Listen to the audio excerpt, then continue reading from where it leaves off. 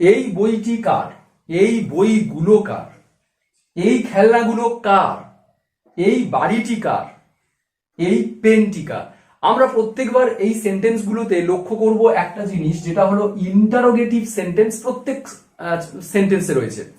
আমরা এই সেন্টেন্সগুলোতে একটা ইম্পর্টেন্ট জিনিস আমরা লক্ষ্য করব, যেটা হলো প্রত্যেকের শেষে ইন্টারোগেটিভ সেন্টেন্স রয়েছে, তার একটা মার্ক রয়েছে, ইন্টারোগেট করা হয়েছে।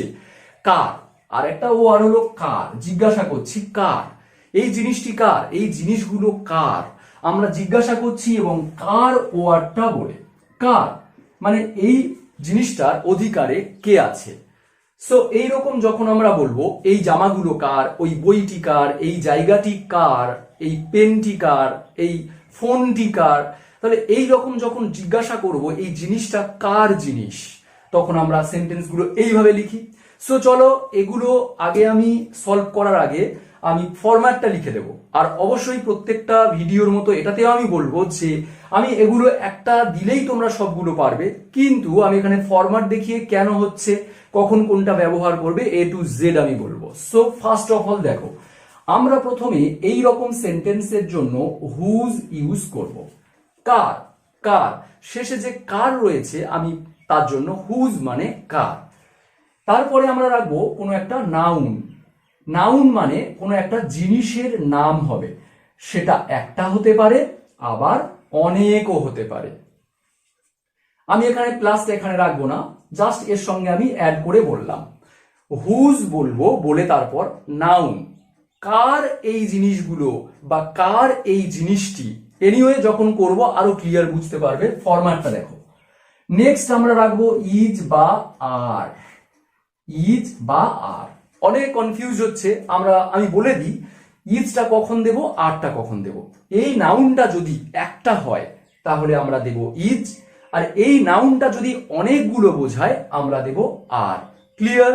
নেক্সট তারপরে আমরা ইউজ করব THIS দিজ বা THES দিজ, আমরা এইটা ইউজ করব, দিজ বা দিজ। তাহলে অনেকের প্রশ্ন হচ্ছে দিজ মানে হলো এইটি, আর এই দিজ মানে হলো এইগুলো। তাহলে দেখো একটা জিনিস, এইটা, এইটা এবং এইটা তিনটে জিনিস কিন্তু কানেক্টেড। কি রকম দেখো, কোনো নাউন যদি একটা হয় আমরা ইজ দেব, আর একটা হলে আমরা দিজ লিখব। আবার কোনো নাউন যদি অনেকগুলো হয় আমরা লিখব আর অনেকগুলো হলে আমরা লিখব দিজ। এইগুলো আছে। চলো আমরা সেন্টেন্সগুলো একটার পর একটা এই ফরম্যাট অনুযায়ী করি, আরো ক্লিয়ার বুঝতে পারবো। এই বইটি কার, তাহলে হুজ বলে নাউন, বইটি কার এই টোকাল আগে লিখব। বইগুলো কার, তাহলে বইটি কার আমি লিখব WHOSE, হুজ। বইটি বলেছে একটা বই, হুজ বুক, আমি কিন্তু এখানে বুকস, বুকস এটা লিখবো না, আমি লিখবো বুক। হুজ বুক, কার বই। ইজ আর আর কোনটা দেব বুঝতে পারছো, বইটি বলেছি তাহলে আমরা বলবো ইজ। এই বইটি কার, একটা বইয়ের কথা বলা হচ্ছে, তাহলে আমি লিখবো THIS দিস দিয়ে ইন্টারোগেটিভ মার্ক দেব। তাহলে প্রশ্ন হলো হুজ বুক ইজ দিস, বইটি কার। প্র্যাকটিস করো এইভাবে তোমরা, তাহলে তোমরা কিন্তু এইভাবে প্র্যাকটিস করলে তোমরা বলতে পারবে, হয়তো লিখতে পারবে, কিন্তু বলার জন্য আমাদেরকে বারবার বলে প্র্যাকটিস করতে হবে। Whose book is this, whose pen is this, whose বলে কোন জিনিসটা বলে আমরা ইজ দিয়ে একটা দিস রাখবো। নেক্সট দেখো আরো ক্লিয়ার হবে, এই বইগুলো কার, তাহলে বইগুলো কার আমি বলবো হুজ বুকস, হুজ বুকস। দেখো বুকস, এখানে বুক, এখানে বুকস, এখানে ইজ দিয়েছি একটা বই বলে, এখানে আমরা আর ইউজ করব, whose books are, whose books are. অনেকগুলো বই তার জন্য দেব these, THESE। Interrogative mark we have to use, must. তাহলে হুজ বুকস আর দিজ, এই বইগুলো কার। তাহলে এই সেন্টেন্সের সঙ্গে এই সেন্টেন্স তোমরা কম্পেয়ার করছো, আশা করি বুঝতে পারছো।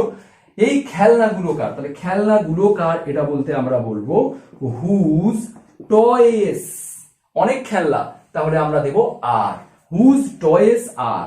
অনেকগুলো তাহলে আমরা দেব these, whose toys are these, interrogative mark these, whose toys are these.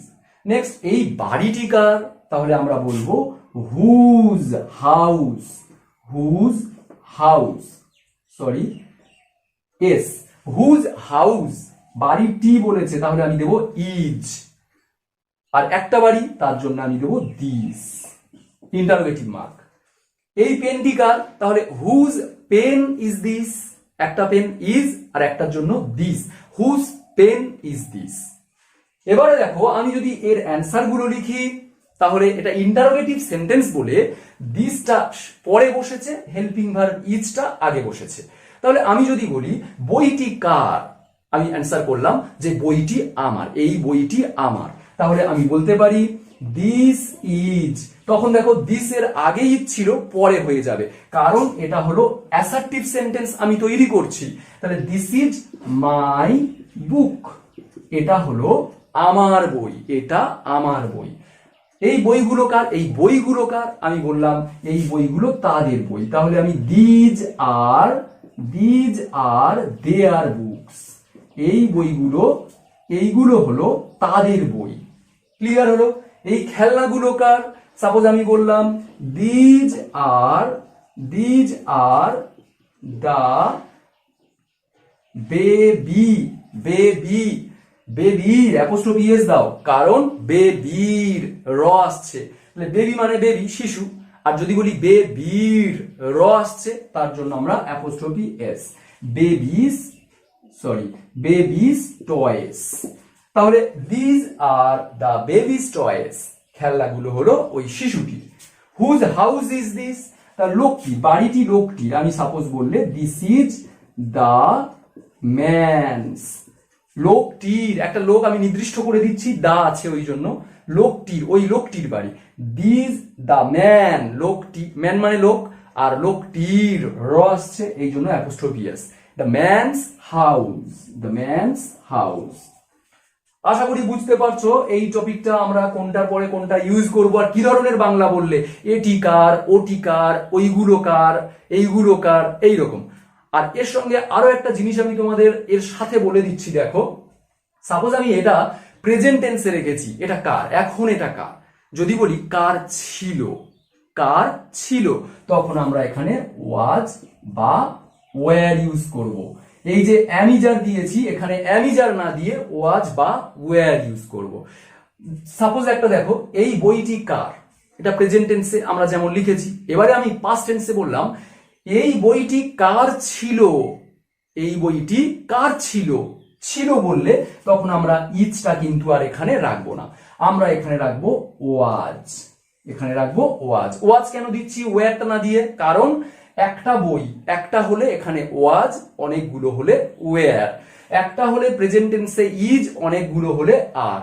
যেমন এটার ক্ষেত্রে এই বইগুলো কার, এটা পাস্ট টেন্সে বললে কি হবে, এই বইগুলো কার ছিল পাস্ট টেন্সে, ছিল বললে আমরা ওয়াজ ওয়্যার। তাহলে এখানে দেখো বুকস, হুজ বুকস, অনেকগুলো বই, তাহলে আমরা এখানে বলবো were, whose books were these, এই বইগুলো কার ছিল বললেই আমরা এখানে ওয়াজ বা ওয়্যার ইউজ করব। এই খেলনাগুলো কার ছিল খেলনাগুলো এখন জানি না, এখন নেই, কার ছিল পাস্টে, তাহলে আমরা এখানে আর না দিয়ে দেখো খেলনাগুলো টয়েজ আছে, আমরা দেব ওয়্যার, খেলনাগুলো কার ছিল। হুজ হাউস ইজ দিস, বাড়িটি কার ছিল, পাস্ট টেন্সে বললে আমরা এখানে বাড়িটি বলেছে, তাহলে আমরা দেব ওয়াজ। ওকে, আবার যখন এগুলো অ্যান্সার করবে, এই বইটি আমার ছিল, তাহলে আমার ছিল মানে এখানে ওয়াজ হবে, this was my book, these were their books, এইগুলো তাদের বই ছিল। তাহলে যখন অ্যান্সার করব আবার তাদের বই ছিল, বেবিটির খেলনাগুলো ছিল, তাহলে আমরা সেই বেবির পরে এখানে দিজের পরে ওয়াজ ওয়্যার, দিজের পরে ওয়াজ ওয়্যার, এখানে দিসের পরে ওয়াজ ওয়্যার দেব। সো আশা করি টপিকটা ক্লিয়ার হয়েছে। তোমরা আমাকে কমেন্ট করে নিজেদের মতো করে বাংলা বা ইংরেজি লিখে আমাকে কমেন্ট করতে পারো। সো আজ এই পর্যন্ত, নেক্সট ক্লাসে আবার দেখা হবে নতুন টপিক নিয়ে। টিল দেন লাইভ, ওকে, টাটা।